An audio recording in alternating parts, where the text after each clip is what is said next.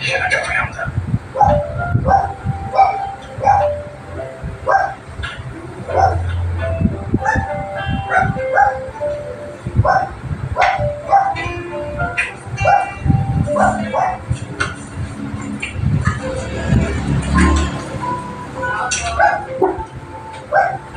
走，以后都不许来这儿，或者我给你换房子。